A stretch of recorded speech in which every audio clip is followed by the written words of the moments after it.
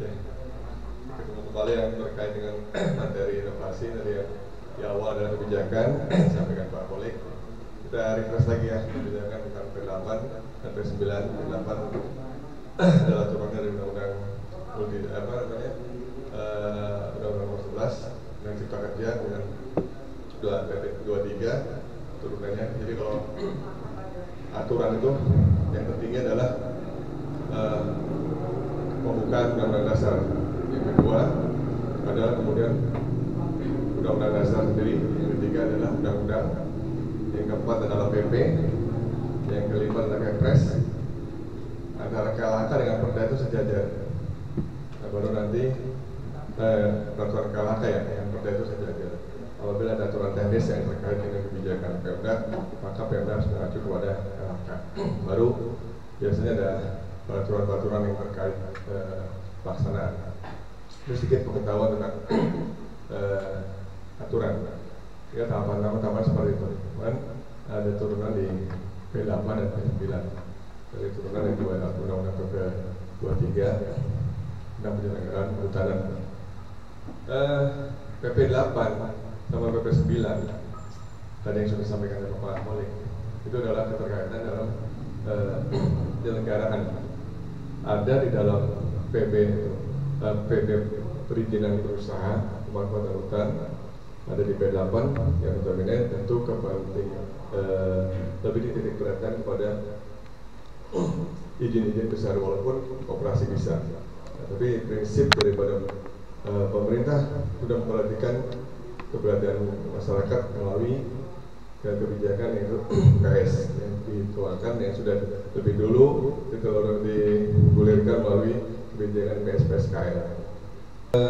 Di situ bisa melihat kalau di hutan itu maka sumber bahan makanannya itu saya sumber kalian maka dia pahit atau sumber jenis makanan yang lainnya. Kecenderungan saya makanya pada saat saya ngajar di Bangka, satu setup itu dia di kawasan yang langsung cari makan ke hutan. Mereka si pelut yang bisa mencari makan itu bisa radius sampai 1 sampai 2 kilo. Nah, radius maka dia menyebar ke segala arah. Dalam satu setup itu ini bisa jadi potensi, di mana potensi minum madu langsung dari sumbernya. Yang kalau Itama itu dengan lubang yang rumah yang besar bisa langsung disam.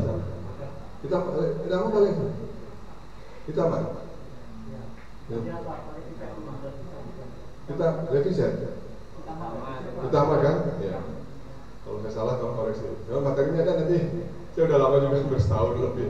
Hampir setahun lagi nggak saya pelajari. Nah, ada yang saya pelajari itu adalah biroi, utama lama levisep. Nah, levisep itu adalah dia agak sedikit barbar, kau menyerang dua ini. Nah itu kalau nggak salah dia dari Sulawesi, yang utama itu dari Sumatera, biroi itu dari Kalimantan. Satu lagi yang itu yang dari sini dia bareng-bareng bukan nyerang keduanya. Dan jangan dicampur dengan madu yang madu hutan. Dia juga akan nyerang, nanti lari semua. Nah, tentu perlakuan seperti itu. Ada video-video tentang mencah koloni. Nah, dari saya jelaskan tadi satu produk saya ingin mengidentifikasi sebetulnya mudah-mudahan cukup ya Pak ya, bisa kita ngambil video, coba kita praktekkan bikin video melalui YouTube. Di sana potensi apa sih yang bisa kita lihat, bisa kembangkan yang sampai saat ini kita kemarin saya sampaikan walaupun secara lisan. Nah, jadi dari satu produk sumber jasa itu bisa kita sana kembangkan dari tadi bahwa link forest bisa. Kemudian sekarang anak-anak itu lokasi selfie bisa cocok untuk tanda lomba selfie. Kemudian melalui link forest ada namanya jogging track atau jalan kesehatan dengan track yang kita buat. Nah tentunya itu tidak mudah. Makanya ini kaitannya dengan tentang pengembangan atau inovasi pengembangan dalam suatu produk. itu cocok sekali disajikan. Semalam Pak Haris mencoba menyodorkan saya jahe. Yang kemarin kalau minum jahe secara langsung saya nggak kuat lambung setelah kena asam lambung itu. Nah, saya ragu pertama mau minum di situ. Ya nggak apa-apa Pak, minum. Saya nggak ngerti ada bahan tertentu. Bapak reaksinya, ya itu saya bilang saya kepanasan padahal posisi dingin gitu. Ternyata reaksi jahenya itu cukup membawa hangat badan saya sehingga saya berkeringat terus. Saya bilang kenapa saya berkeringat? Bapak tadi malam kalau kita pakai keringat ya, sekarang harus minum keringat juga iya. Nah itulah, ini kenapa tidak berkontra dengan perut saya? Kalau saya kontra saya berhenti. Ada Pak, saya sudah konsultasi dengan farmasi. Ternyata ada ramuan campuran kulit kayu manis dan cengkeh. Itu sudah ditanyakan dengan farmasi yang tidak bereaksi pada lambung. Nah, kita kembali ke ini bentuk inovasi yang tidak kita sadari kalau ini bisa menjadi sumber ya.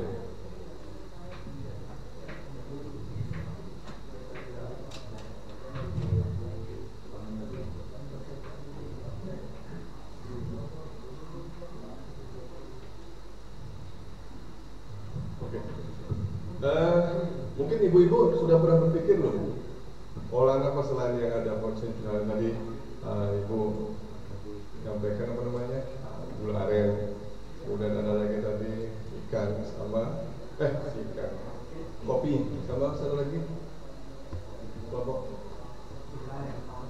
kopi ya, pewangi ya, iya.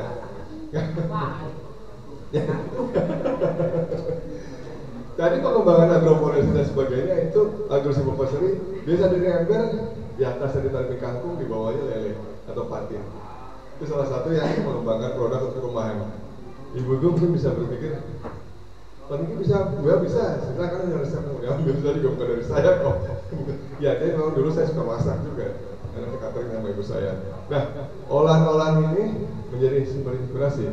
Jadi bapak jangan, ternyata pada saat peserta saya di Kalteng, yang mencoba pertama kali bapak-bapak olah dibikin tepung, kemudian coba anak-anak pada suka pada doyan, padahal itu udah lele. Dari apa itu kata mereka? Itu lele. Kok nggak ada rasa lele? Nah, iya, tadi kan sudah diolah. Nah, saat bagaimana merubah pola pikir manusia itulah yang semula tidak suka, bagaimana bikin makanan produk itu sendiri, supaya suatu inovasi lah yang bisa membuat suatu usaha teman-teman ini bisa berjalan. Alternatif. Sekarang cabai mungkin. Sekarang cabai sampai berapa ya? 80, 70 di Jawa. Iya. Hah? Sama kan? Nah, kalau dulu kita sudah membiasakan di sekeliling rumah kita tanemin, itu udah gak masalah. Kita beli cabai. Nah, seperti itu. Nah, ini inovasi-inovasi yang saya ngobrol dengan Pak Haris, tentunya ini bisa dikembangkan minimal untuk kesehatan rumah tangga, tidak perlu vitamin, karena vitamin mahal kalau dihitung itu. Sangat mahal. Kalau orang yang kadarnya rendah, saya seperti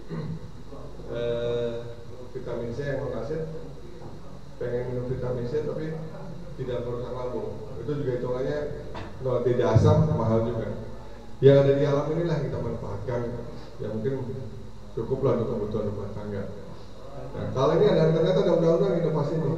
Produk ini merupakan rangkaian pengembangan dan penerapan ilmu, pengetahuan teknologi dalam satu produk. Satu produk bisa dikembangkan dengan berbagai macam produk. Hasilnya ini diversifikasi produk. Manfaat positif inovasi produk, umpan balik konsumen mengubah kombinasi produk dari yang sudah ada dan menemukan produk baru. Suatu inovasi sehingga bisa menghasilkan suatu produk baru. Nah, dari bambu tadi, bambu mungkin banyak terbuang, batok banyak terbuang. Sedang saya baru tahu Pak ya. Kemudian bambu itu ada rebung. Rebung itu hanya diolah satu macam, dan nanti dia bisa awet dengan bikin kerupuk. Ada videonya kemarin. Nah, di blender kemudian diolah jadi kerupuk. Bisa disimpan cukup lama. Kalau diolah rebung dengan makanan rata-rata bersantan cepat basi. Ya tentu olahan-olahan sampingan yang semula tidak bermanfaat bisa bermanfaat. Semula bambu sendiri ada namanya air kandungan yang dalam. Cuma ada beberapa jenis bambu saja, tidak semua jenis bambu bisa dimanfaatkan. Jadi pada saat jam tertentu dia naik, itu airnya bisa diambil. Maka pada saat penerbangan dia dari jam 1, kadar airnya agak rendah. Itu menghilangkan seperti masukan untuk penerbangan kayu, bambu. Jadi inovasi merupakan adalah menciptakan sesuatu yang baru. Tadi dari luar saya pengembangan suatu produk, memberikan nilai tambah. Ada nilai tambahnya, meningkatkan kualitasnya, ada inovasinya, kemudian meningkatkan kualitas produk sesuai dengan harapan konsumen. Kembali, konsumen rata-rata kita harus melakukan inovasi apa? Suatu saat ada titik jenuh pada pelaku yang menggunakan konsumen itu. Salah satu inovasi terbaru lagi di pelabuhan. Kebetulan kakak sepupu saya salah satu direktur BUMN laut dan darat. Dia menciptakan produk pembelian tiket melalui online. Yang semula antrian itu bisa berhari-hari, kasihan untuk yang kendaraan penyeberangan yang bahan makanan cepat busuk. Sekarang sudah. Kemudian dibikin segmen orang yang minta nyaman, jadi dengan bisnis yang satu perahu itu satu kamar. Kemudian ada dengan paket-paket tertentu yang menjual, gak tahu wisata mana yang dituju. Saya belum sempat ngobrol.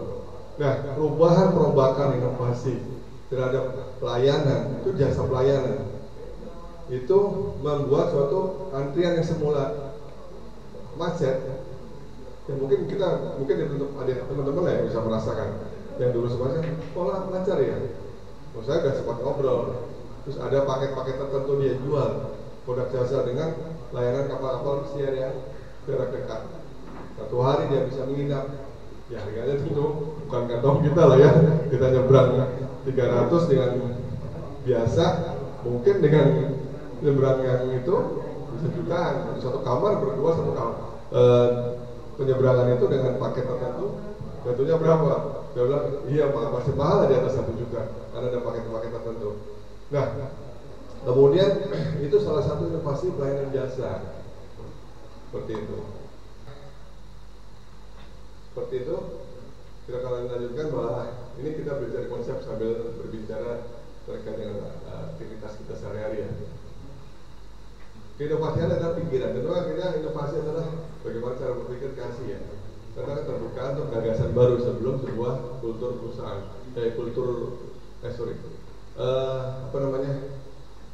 kultur KTH atau kultur LPHD atau OPS.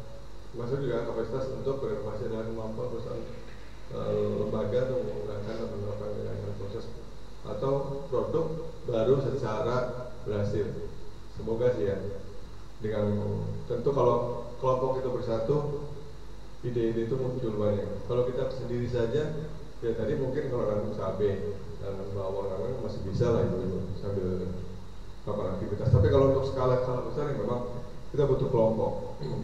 Karena kelompok itu paling tidak kalau kita berpikir sulit, pasti ada teman untuk bisa berpikir, membantu untuk diskusi. Inovasi iya atau tidak? Nah, tentu kita yang tahu tadi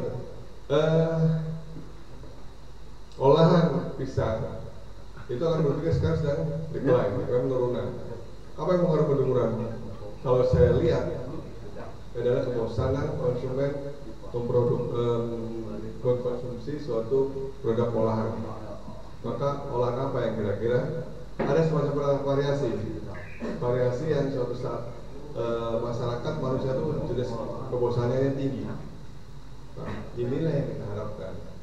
Maka apakah kita perlu inovasi? Yang tentu kita cari inovasi yang sifatnya tidak memakan biaya tinggi seperti itu. Nah, ya bahan-bahan inovasi kalau kita untuk olahan ya tentu misalnya bisa dari YouTube, dari informasi dari internet, dari Google dan lain-lain. Ada ibu-ibu yang berkreasi tempat lain dan lain-lain gitu. Jadi olahan-olahan itu yang kita harapkan berkreasi ya. Kemudian apakah produk tersebut relevan bagi banyak konsumen? Tentu kembali lagi ada permintaan konsumen lah. Segmen mana yang kita harapkan dari olahan itu? Mungkin dari pisang lumer, bagus itu. Kemudian salah satu inovasi, kemudian produk pisang yang sekarang kalau di luar Jawa ya. Oke, nanti kita selesaikan dulu ya sebentar.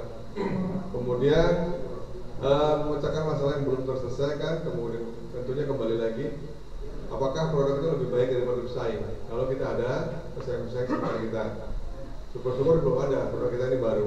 Kemudian maka apakah mudah untuk menjelaskan kepada konsumen mengapa mereka membutuhkan produk ini, atau lebih baik dari pendahulu atau pesaing? Tentu kita harus punya penjelasan. Nah, tadi pada saat penjelasan saya bilang, Mas ada informasi nggak nih kalau ini jahe itu tidak pekat ada lambung? Ada Pak. Ya kasih, ini sudah dijelaskan belum? Kalau ini tidak berakibat pada lambung. Ada informasi itu, tambahan itu. Nah, karena saya merasakan itu, saya baru kali ini kan pekat yang habis COVID. Dan ternyata setelah minum jahe dengan kulit kayu manis dan cengkeh, saya nggak tahu lah. Olahannya banyak banget memang. Salah satu itu. Karena ternyata dia belajar dari farmasi. Itu inovasi Pak. Dia ada. Iya. Wedang umum. Saya langsung pojotan Pak. Minum setengah jam itu pojotan. Kalau saya asli memang iya Pak. Iya. Ini ada dia ramuan. Kalau wedang itu kan ada serat-serat kayu ya. Apa tuh saya nggak tahu daun-daun apa. Nah, itu salah satu yang keunggulan yang tidak dimiliki produk lain. Ini yang perlu diinformasikan di situ. Salah satu dari informasi seperti ini dijelaskan oleh konsumen. Maka muncullah kebocoran terkomunikasi. Oke, mungkin sudah jam 12. Saya mohon maaf, nanti kita lanjutkan karena jam 1 paling maksimal 1/4 ya.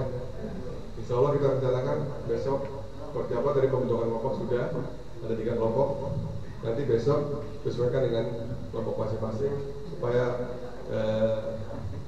enak jalannya praktek. Mungkin terima kasih, saya mohon maaf secara pribadi. Selamat istirahat. Assalamualaikum warahmatullahi wabarakatuh.